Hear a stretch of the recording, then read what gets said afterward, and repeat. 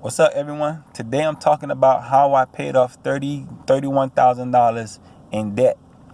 How did I do it? I sat down and came up with a plan. I wrote out my plan. My plan when I first started writing was how much I made a month. Then I wrote down how much I had to spend a month, like of course my bills. Then I subtracted and I seen how much I had left over. Once I seen how much I had left over, it wasn't making sense because I wasn't paying what I had left over on my credit cards. What I was doing was spending unnecessary money on unnecessary things. And this is where a lot of people go wrong when they have debt. So let's say the average person who have debt, what they do is pay the minimum balance and then they keep accumulating more debt. So what they will do is, let's say for example, you have credit card debt. Then they have a car already, and they turn in their car and they get another car payment. So they get another car, and they get more debt, or they already have student loans. Then they get a car payment. Then they get more debt.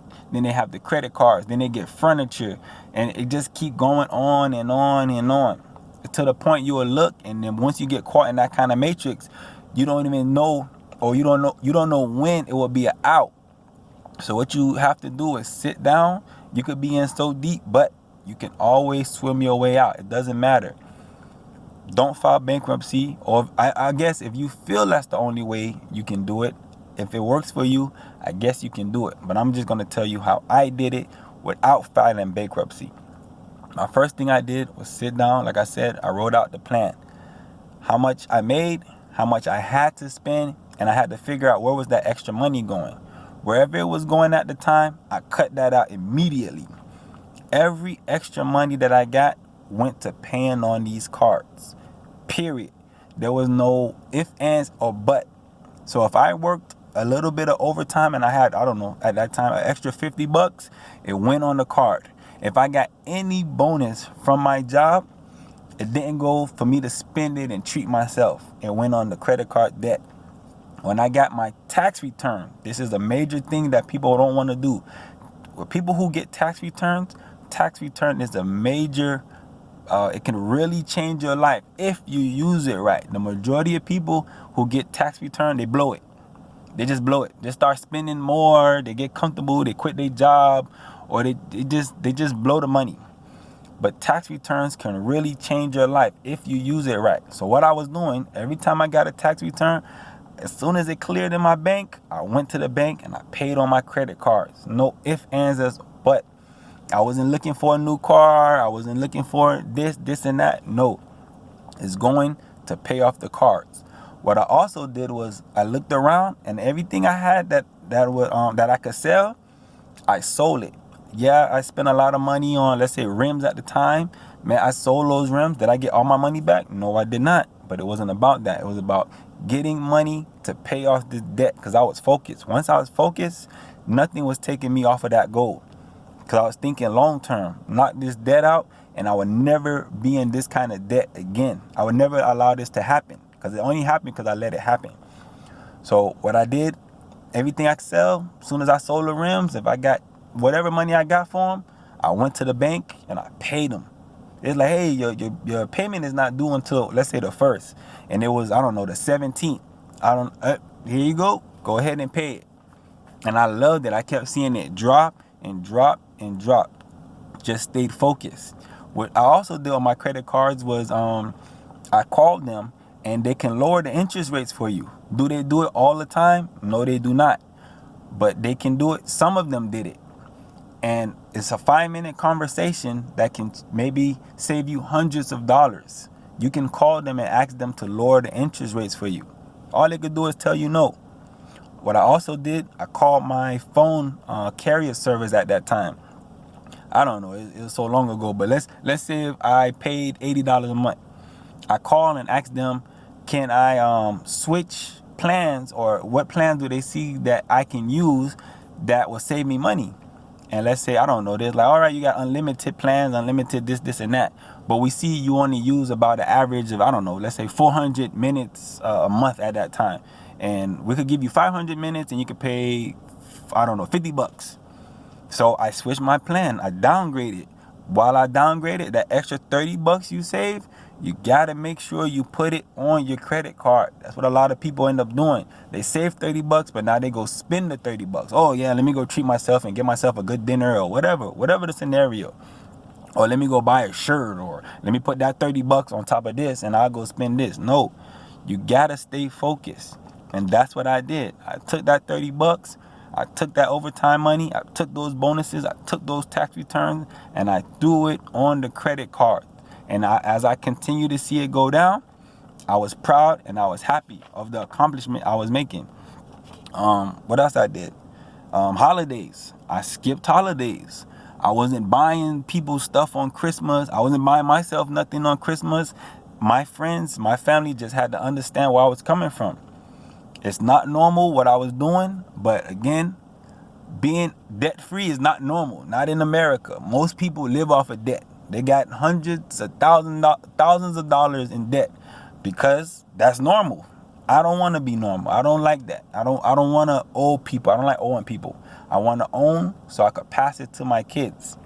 But anyway, let me go back. So a lot of people is like, yeah, man, this and that. Troy, you're killing yourself. Like I told you, the average person, they don't understand because they live like the average person. The average person have car payments. The average person have credit card debt and accumulate more and more debt. They already have a nice car, and they trade in that car to get in another car, and then you stuck in that matrix and you don't see the out. And then it could get so overwhelming that a lot of people just give up. But that ain't me. I want to prevent that from happening. Like I always tell my son, there's 3 people in the world. People who never learn from their mistakes, people who do learn from their mistakes, and people who learn from other people's mistakes. I like to try to learn from other people's mistakes, but a lot of times I have to learn from my own mistakes, and I don't want to keep repeating the same mistakes. There's no excuse. I don't want that. And so, and the last thing that you have to do, and to kind of relate to what I just said, you have to not listen to people. I don't care if it's your husband, your wife, your brother, your sister, your mom, and your dad. Pay off your credit cards. Focus and pay them off. I don't know nothing about bankruptcy. So if they have some option for you and say, hey, file bankruptcy, this is the option. Hey, kudos. I get it. But that looked like the easy way out. I never filed bankruptcy. I know people who had way less debt than me and they filed bankruptcy. I don't think that's the way to go. But if you talk to people and they say that's the way to go, then I guess that's the way to go. I'm just telling you how I did it. And because I didn't do those things, I'm allowed to be where I am in life now because I didn't file bankruptcy. Meaning, after I paid all that debt off and I needed to go buy a house, and they ran my credit and said, oh, you don't have any debt. You this. You know, when you don't have no debt, that's when your credit score way up there. Oh, okay, Mr. Adams, how much, what kind of house you looking for? This, and that. And I got approved for the house. So even when I had the house, I kept maintaining. I didn't go into more debt. I was like, I don't want debt. I'm not going to buy brand new furniture and be paying every month if I don't have to. I'd rather not. I'd rather just stick with some old furniture until I save up the cash to buy it. Most people, they don't want that. They buy a new house, they got to have new furniture. They got to have new appliances. They got to do this. They got to do that. They got to do this. This is how you end up back in that matrix. More and more debt if you're not making that kind of money. More and more debt. Emotions over logic. I don't understand, but anyway, I don't want to run off. So that's what I did. So now, get another property. So we could get 2 properties because of the decisions I made. I never had to file bankruptcy. When they go back and they see that I did owe $30,000 in debt, they see that I paid it off. Okay, we seen that you were responsible. You did this, bump. Got another property. My goal is, for the average person, when it comes to mortgage, the average mortgage term is 30 years. I'm not paying 30 years. Even if I get an extra $40, I put that on my mortgage principal. My goal is, in the next 5 years, the property I have now is that I'm going to pay that off, or I'm going to have another property. The average person going to be like, why are you doing that? Every year you get the write-off interest on your taxes. Interest on your loan, so you could file that on your taxes. That's them. I don't want to do that. Like I said, my goal is to own. If God take me Let's say I pay this house off in 5 years and God take me in 6 years. My kids have a foundation. It's paid off. With a person who thinking like that, let's say that person want to pay off 30, wait to 30 years. And now they're dead in 6 years. The bank gonna come take the house off. It ain't even enough equity for you to even have anything. Like, no, I'm not doing that. I want to own it. There's no excuse not to own, other than your emotions is going over your logic. But anyway, just to run it back, that's how I paid off my credit cards. That's how I'm gonna continue to go. Don't like debt. Get into the habit of hating debt with a passion.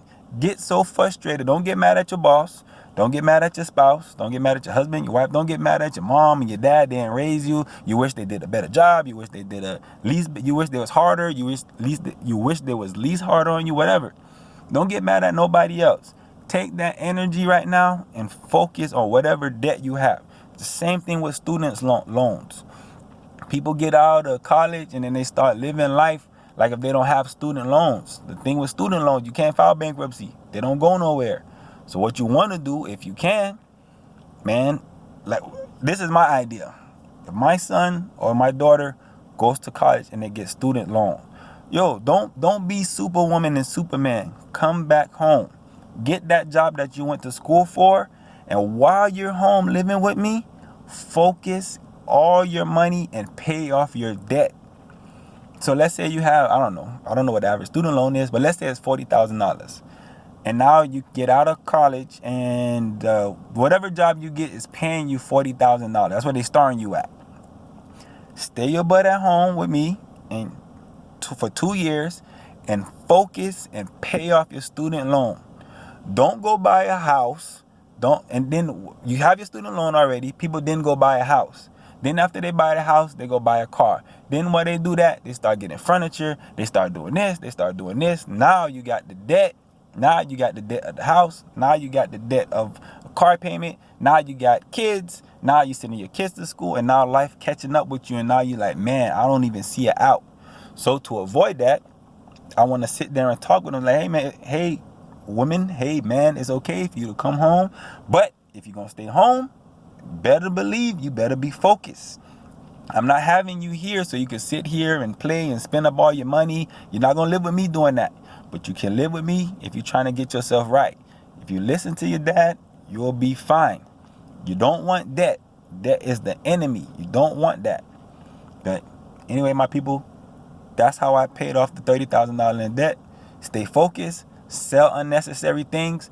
But while you selling, don't go buy other unnecessary things. That's where a lot of people go wrong. And you're paying off your debt, then you accumulate more debt. Unless it's an investment and it's going to bring some money back to you, then you do it. But if you're not, don't even worry about that. That's how I did it, and that's how you could do it. All you got to do is change your mindset. Leave a comment, share the video, hit like, dislike. Hey, I'm not perfect. I'm just showing people what worked for me. And if you apply it to you and your family, it'll be better for you. Trust me. I know it's going to take a lot of work. It ain't easy. It ain't nothing that's going to be done overnight. But if it's something that if you want to get it done, you can do it. Like I say, that's the best thing about being human. You can change your mindset overnight. Animals can't do that. Lions got to be a lion. Dogs got to be a dog. Animals got to be animals. But as a human, you could decide whatever you want to be. So if you want to get out of financial debt and change those habits and stop spending, you can do it. Later.